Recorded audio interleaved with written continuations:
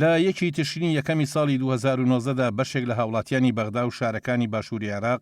ڕژانە سەر شەقامەکان و داوای ئەنجامدانی چاکسازی فراوان و گۆڕینی سیستمی سیاسی وڵات و توێژە سیاسیەکەی وڵاتەکەیان کرد کە ماوەی 17 ساڵە عێراق بەڕێوە دەبەن و بە گەندەڵی و شکەسێنان لە بەڕێوەبردنی وڵاتەکەیان و بە دەردانی سامانی گشتی تاوانباریانەکەن. لە تۆڕە کۆمەڵایەتیەکاندا چەندین هەواڵ و وێنەی ساختە و درۆ لەسەر خۆپیشاندانەکانی عێراق بڵاو کراونەتەوە کە دوورن لە ڕاستی ڕووداوەکانەوە و تۆڕە کۆمەڵایەتیەکانیان هەژاندووە. لەو چوارچێوەی خۆپیشاندانەکاندا بە سەدان کەس لە بەکارهێنەرانی تۆڕی کۆمەڵایەتی فەیسبوک وێنەی منداڵێکی عێراقیان بڵاو کردێتەوە کە لە ناوچەیەکی هەژارنشین بە دوای خۆراکدا دەگەڕێت، ئەوەش وەک ئاماژەیەک بۆ خراپی ژیان و گوزەرانی عێراقیەکان بڵاو کراوەتەوە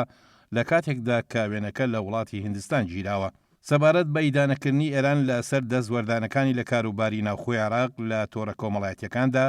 وێنەیەک بڵاو کراوەتەوە کە گوایە لێپرسراوێکی باڵای سەربازی عێراق و دەستی لێپرسراوێکی ئێرانی ماچ دەکات، بەڵام لە ڕاستیدا وێنەکە وێنەی لێپرسراوێکی عێراقیە کە دەستی بریندارێکی حەشدی شعبی ماچ دەکات. لە لایشی ترەوە چەند بڵاوکراوەیەک دەکەونە بەرچاو کە خۆپیشاندەران بە چەوەشەکردنی ڕاگەیاندەکان تاوانبارەکەن، وەک ئەوەی لە گرتەیەکی ڤیدیۆییدا ژمارەیەک لە خۆپیشاندەران دەموچاوی خۆیان بەڕەنگی سوور بۆ یاغەکەن بۆ ئەوەی نیشانی بدەن کە لەلایەن هێزە ئەمنیەکانەوە ڕوبەڕووی لێدان بوونەتەوە، بەڵام لە ڕاستیدا گرتە ڤیدیۆیەکە مەشقێکی مەیدانیە کە لە نەخۆشخانەیەکی شاری نەجەفدا و بە هاوکاری ڕێکخراوی پزیشکانی بێسنوور ئەنجام دراوە.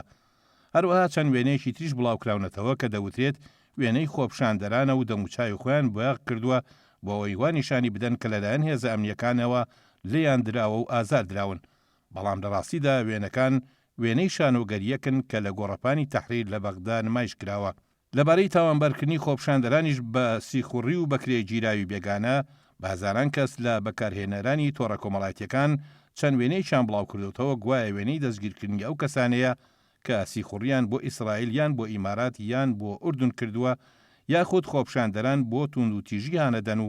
ڕێگاکان دادەکەن، بەڵام لە ڕاستیدا وێنەکان وێنەی ڕووداوی پێشترن و هیچ پەیوەندیەکیان بە عێراقەوە نییە.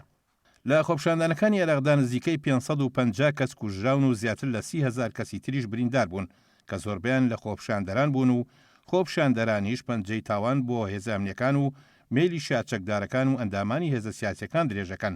بەڵام دەسەڵاتدارانی بەغدا تاکید لەوە دەکەنەوە کە چەکدارانی نەناسرا و لە پشت تەقەکردن و کوشتنی خۆپیشاندەرانەوەن. لەو چوارچێوەشدا چەند وێنەیەک لە تۆڕە کۆمەڵایەتیەکان بڵاوکراونەتەوە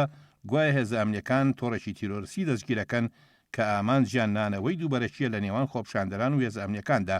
لە کاتێکدا وێنەکان وێنەی کۆنترن و هیچ پەیوەندیەکیشیان بە ناڕەزایەتیەکانی عێراقەوە نییە.